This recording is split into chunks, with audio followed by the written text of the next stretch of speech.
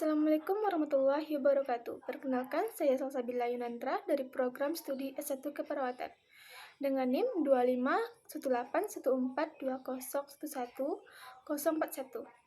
Di video kali ini, saya akan menjelaskan tentang satu permasalahan yang ada di Indonesia pada saat ini.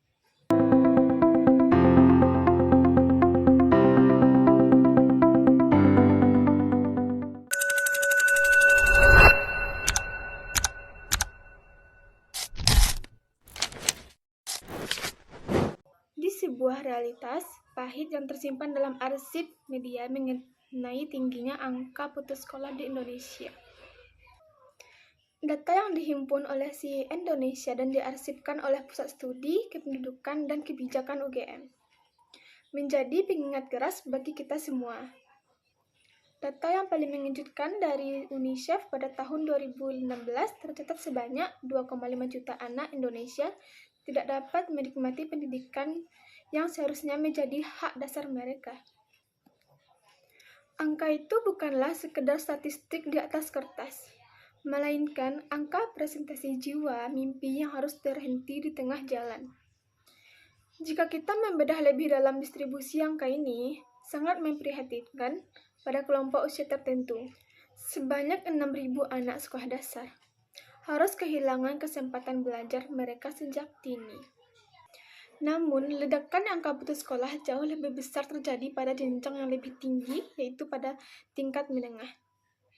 Ada 1,9 juta anak SMP yang putus sekolah.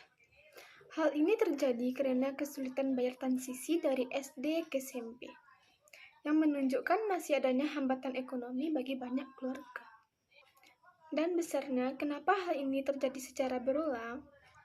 Karena ekonomi menunjukkan bahwa tembok raksasa sulit untuk diruntuhkan. 47,3% responden menyatakan bahwa anak-anak putus sekolah karena keterbatasan biaya. Biaya pendidikan bukan hanya soal SPP, tetapi juga mengenai ongkos, transportasi, buku, dan penunjang lainnya. Bagi keluarga prasejarah sejahtera, membiayai sekolah seringkali berbenturan dengan kebutuhan untuk bertahan hidup sehari-hari. Kemiskinan tetap menjadi masalah terbesar bagi literasi dan masa depan generasi muda. Di balik kegelapan data tersebut, tersimpan pencacahan harapan yang sangat besar. Mayoritas orang tua di Indonesia sebenarnya memiliki kesadaran yang sangat tinggi akan pentingnya pendidikan. Data menunjukkan angka yang luar biasa, yakni sebesar 93,9% memiliki rencana untuk menyekolahkan anak-anak Indonesia ke jenjang yang lebih tinggi. Masalahnya bukan pada kurang minat, tetapi kurangnya akses dan kemampuan finansial.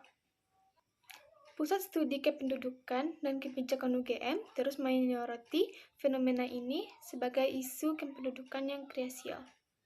Pendidikan yang terputus akan berujung pada rendahnya kualitas sumber daya manusia di masa depan. Jika terus tidak ditangani, maka siklus kemiskinan akan terus berputar dan sulit untuk diputus. Kunci utamanya adalah kerjasama antara pemerintah dengan lembaga seperti UNICEF untuk membuat kebijakan beasiswa yang tepat sasaran. Tanpa bantuan nyata, angka 2,5 juta anak putus sekolah akan terus menghantui kita. Setiap anak yang putus sekolah membuat potensi dosa hilang dalam bersaing di kancah militer. Kita tidak bisa membiarkan anak usia SMP hilang arah karena keterbatasannya juga. Pendidikan harus bisa jadi eskalator sosial yang bisa diakses siapa saja tanpa halangan dan ekonomi. Mari kita jadikan data ini sebagai cambuk untuk memperbaiki sistem pendidikan. Harapannya, 93,9% orang tua adalah amanah yang harus diwujudkan oleh negara untuk memastikan bahwa di masa depan anak-anak Indonesia tidak lagi harus memilih antara sekolah atau mencari nafkah.